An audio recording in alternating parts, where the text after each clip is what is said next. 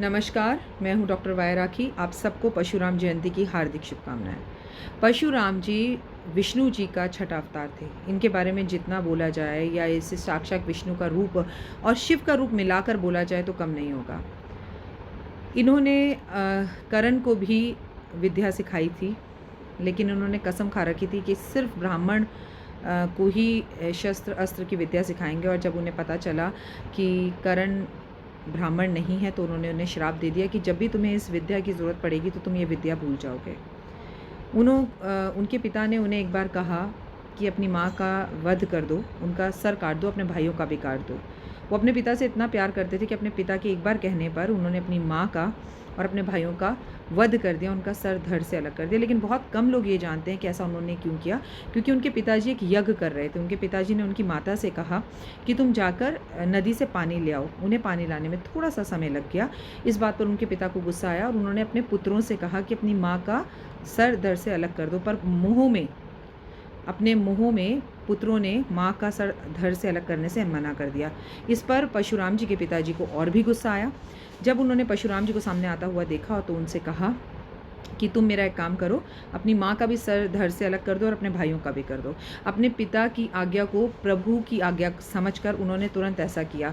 उनके पिता बहुत खुश हुए और बोले कि वरदान मांगो। वरदान में उन्होंने कहा कि मेरी माँ का सर धड़ से फिर जुड़ जाए, मेरी माँ और भाई फिर से जीवित हो जाएं और जो घटना यहाँ हुई है उन्हें ये बात कोई भी याद ना रहे और सब जीवन पहले जैसा हो जाए। और उनके पिता के वरदान से वापस ऐसा ही हुआ। जब सीता माँ का स्वयंवर हो रहा था, राम जी ने धनुष उठाया और उसे तोड़ दिया। ये जो टकरार हुई, जो आवाज़ सुनाई दी, ध्वनि सुनाई दी, उसे सुनकर परशुराम जब दरबार में पहुँचे तो उनका राम के साथ काफ़ी बड़ा विवाद हुआ।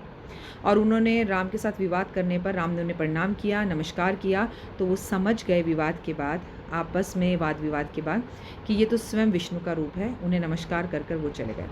परशुराम जी की गाथाएं और कहानियाँ जितनी भी मैं आपको सुनाऊँ उतनी कम है। काफ़ी बलवान थे, शिव की पूजा करते थे। छोटे में ही उनके पिता ने उनसे कह दिया था कि तुम हिमालय पर जाकर शिव की पूजा करो। उनका नाम बचपन में राम रखा गया था।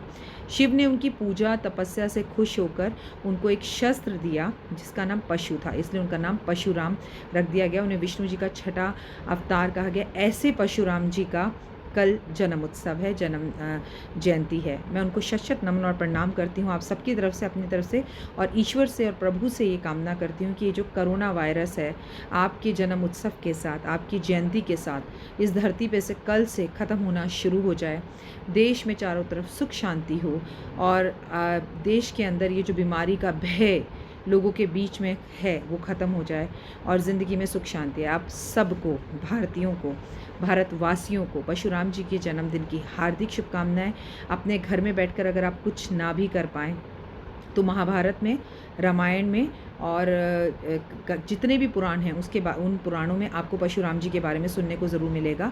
परशुराम जी अमर हैं। अगर आप कुछ ना भी ज़्यादा कर पाएँ तो कम से कम कल परशुराम जी का नाम लेकर उनको प्रणाम कर दीजिएगा। घर में उनके नाम का एक देसी घी का दिया जला दीजिएगा। 2 केले किसी गाय को खिला दीजिएगा। लॉकडाउन है, घर से बाहर ना भी जा पाएँ तो वो केले भोग लगाकर परिवार ही प्रसाद के रूप में खा ले, इतना भी इनफ होगा। किसी के जन्मदिन पर अगर हम उसे याद कर कर शत नमन और प्रणाम कर लें, घर में ही बैठकर विष्णु चालीसा कर लें, विष्णु सहस्त्रनाम का पाठ कर लें, सत्यनारायण भगवान की कथा कर लें तो हमें इसका विशेषकर लाभ होगा। क्योंकि कल से बुध आदित्य योग भी बन रहा है। बहुत अच्छा योग है ये, ऐसा योग है जिससे मेडिसिन मिलेगी इस कोरोना वायरस की। और इसके साथ साथ बहुत अच्छा दिन है, शनिवार का दिन है। शनिदेव भी शिव की ही पूजा करते हैं और परशुराम जी भी शिव की ही पूजा करते थे। सबका भला हो, देश का भला हो, दुनिया का भला हो, ऐसे मैं दिल से कामना करती हूँ। आप भी खुश रहें, परिवार के साथ रहें, स्वस्थ रहें। जब तक ज़रूरी ना हो घर से बाहर ना निकलें, और अगर निकलें तो मास्क लगा कर निकलें, हाथ सैनिटाइज़ करें।